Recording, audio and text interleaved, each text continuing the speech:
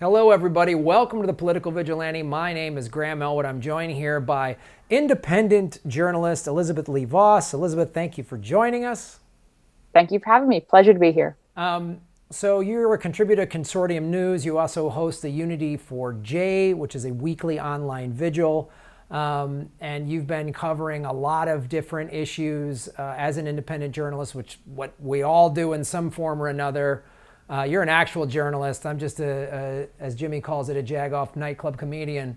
But so as we get into 2020 and the Democratic field keeps widening, but it also is, you know, Bernie is leading in a lot of different polls. Joe Biden is coming in. The mainstream media is trying to say that Joe Biden, everybody loves him, even though, you know, he voted for the war in Iraq and the Clinton-Biden let's jail up a bunch of black men bill in '94 and whatever else. Some really horrendous, actions that you've taken. Yeah. Horrendous.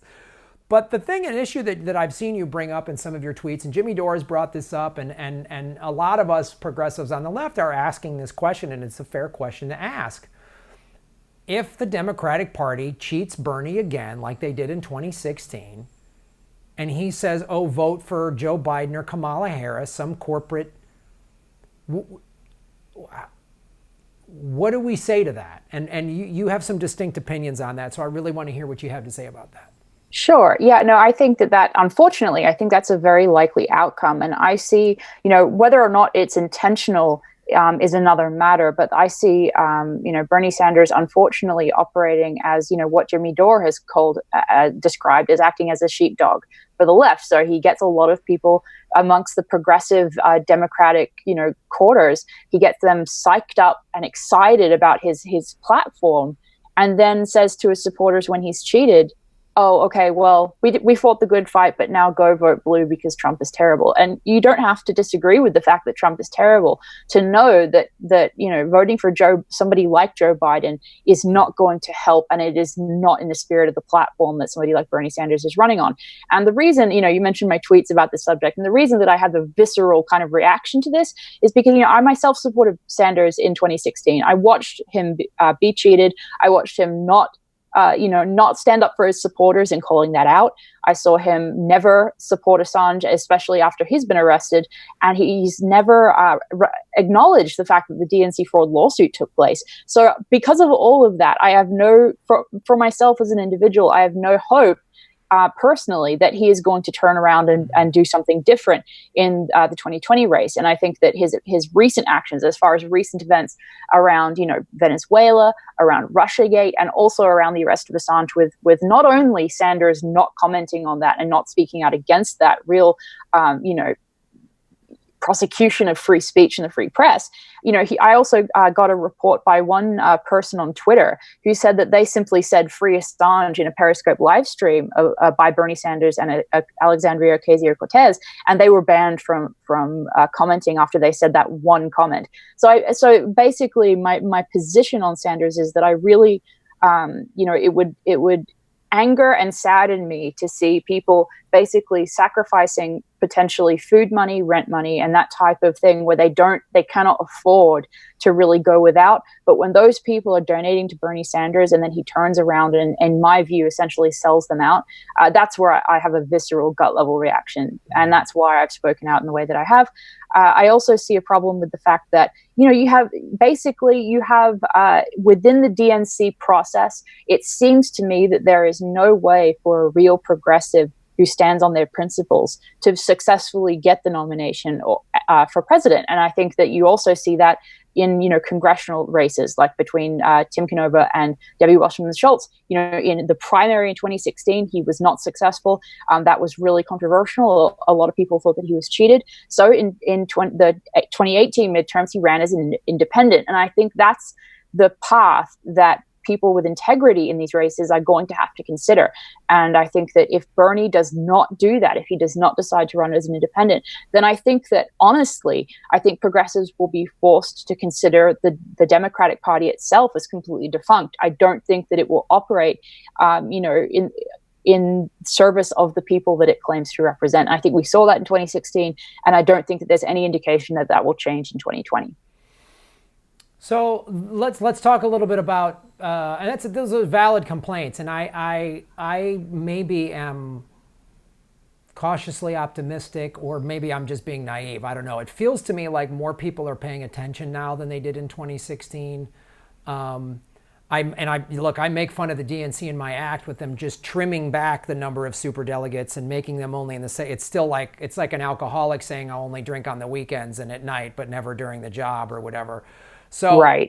I totally get that. I don't disagree with your attitude on this. I guess it feels like, and Lee Camp says this of like, we just need to overwhelm them so they can't cheat us. And more people are paying attention this time, so maybe that will happen. I'd like to see that happen, but those are very valid points. And if Bernie gets cheated again, what will that mean? Maybe it will mean the end of the Democratic Party. Maybe it will mean, I don't know what. I don't know what that will mean. It might be enough people might just go, nope, we're done, and everything gets burned down, figuratively, I hope. But so let's talk about AOC.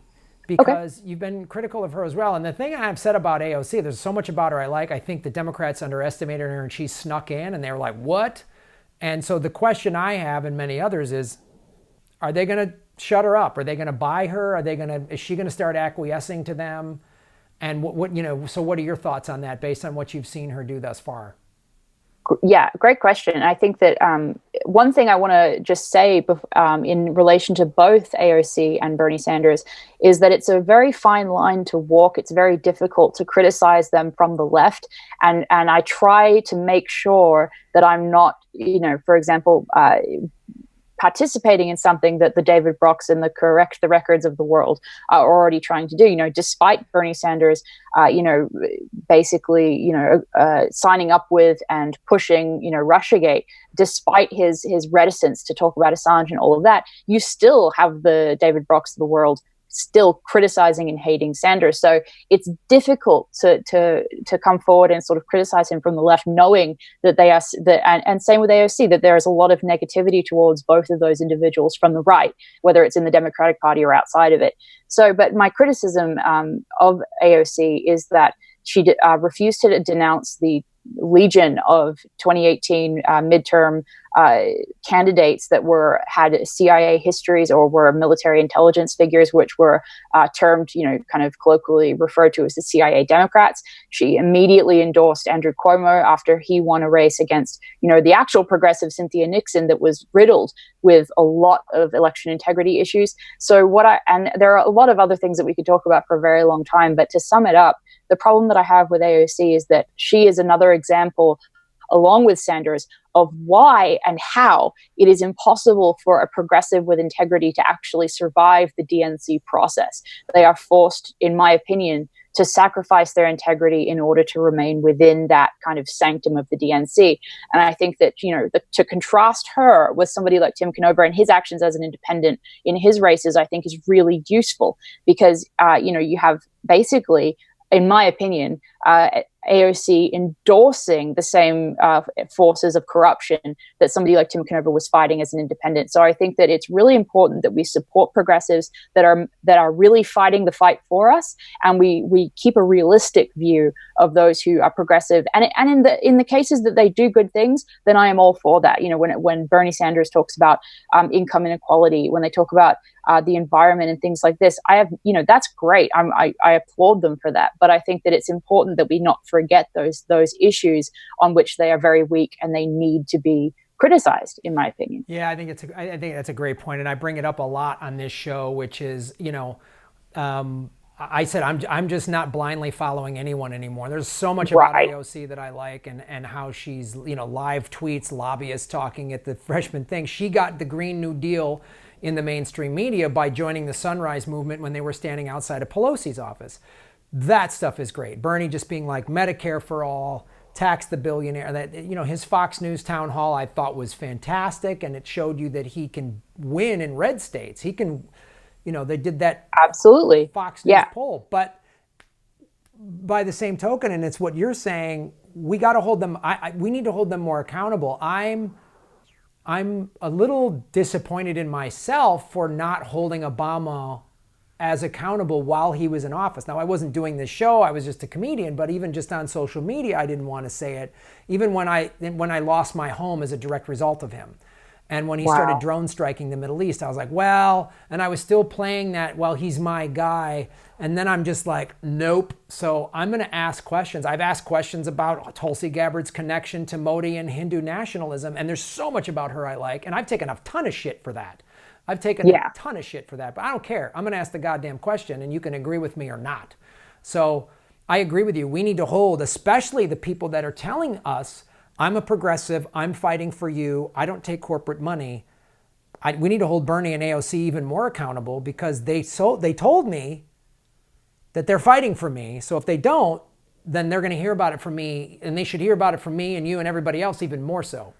Yeah, that's a great point, especially about Obama and the stock market, the economic crisis of 2008. And other people have pointed this out, but I'll reiterate. That's a great point, because he had an opportunity at that point to hold the banks accountable for what they had done to the American public, and he completely squandered that. He allowed Citigroup to basically choose his cabinet for him. I mean, when he left office, he was making hundreds of thousands of dollars for speeches at banks. Oh. So I think it's really, I think that is a real lesson about, as you say, needing to hold people that are quote unquote on our team to account. And that doesn't mean that we engage in the type of ad hominem, attacks that the right might use against these individuals, but really ask them to represent us and not the interests of the plutocrats, I think, and the war economy. Yeah, the war machine for sure, because the war machine is the number one creation of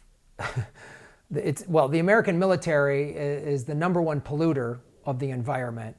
It is probably the main driving force of interventionist war. Well, the oil lobby too. Those two are hand in hand. Like George Carlin said, we're just an oil company with an army. Like, that's who America is. They create the wage inequities. They create awful situations for women and children suffer the worst from war. And all of that stuff, it's all tied in. So it's valid, and we should absolutely be. It's great. It's such a great point. I'm not going to call Ocasio-Cortez a little socialist woman who shouldn't be. No, that's ridiculous. That's sexist. It's racist. But you told me you were progressive, and now you're bailing on that because Nancy Pelosi's leaning on you or whatever. Sorry, I'm not giving you a free pass. In both cases, and I'm in no way comparing, Ocasio-Cortez and Sanders with somebody like John Bolton, who's, complete, kind of out of his mind level war hawk. But both Sanders and Ocasio-Cortez have basically either been silent on issues like Venezuela and the attempted regime change in Venezuela by the Trump administration, and they've made a few statements that essentially seem like they're endorsing it. So I think that it's really an issue as well that we have, and whether it's Ocasio-Cortez and Sanders or whether it's other Democrats or the so-called liberal media, when we see them basically going along with and not quote hashtag resisting Trump's aggressive foreign policy and then criticizing him for other issues, I think that's very hypocritical. I think that's a major problem that we have to face, and not just in the political arena, but also in the establishment media arena, where you have these people who profess hatred for Trump but love it when he bombs places or when he wants regime change. I think that's horrendous. Oh, it's crazy. It's just like, there was Rachel Maddow just agreeing with John Bolton. I mean, right. Oh, wow. That's a real great liberal point of view she's got. We all want to go get the number one oil reserves in the world. It's the propaganda that has come out of MSNBC in the last few years is just sickening. And I think it's really sad that the anti-war left has been mutated into this pro-war section that basically is cheering on Trump in being aggressive and wants him to be more aggressive in order to prove that he's not a Russian puppet. I think that's very dangerous, and it's really a sad comment on the successful, the success of propaganda of the American public through figures like Maddow and the Washington Post and other outlets that have been anti-Trump on the surface, but pro-Trump in the worst ways possible. Oh yeah. Well, the thing is, there's, aside from like Medea Benjamin and Code Pink, there's no anti-war movement on the left anymore. It's gone. Exactly. It's been eviscerated. I mean, it's the corporate state has done a great job of doing it. They've broken it up. They did all of it. I mean, I talk about this, you know, the hippies of the early 60s were radicals. They were radicals. And then the hippie movement got, it's free love and sex and drugs. And that was by design. That was the CIA going, here's a bunch of drugs and just go get laid and don't protest.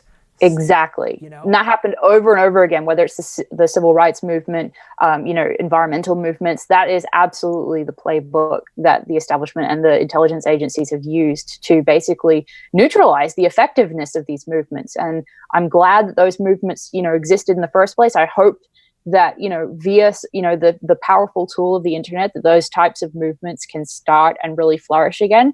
But obviously, the establishment is doing everything in its power to neutralize that via, you know, the talking heads like Maddow and on and on and on.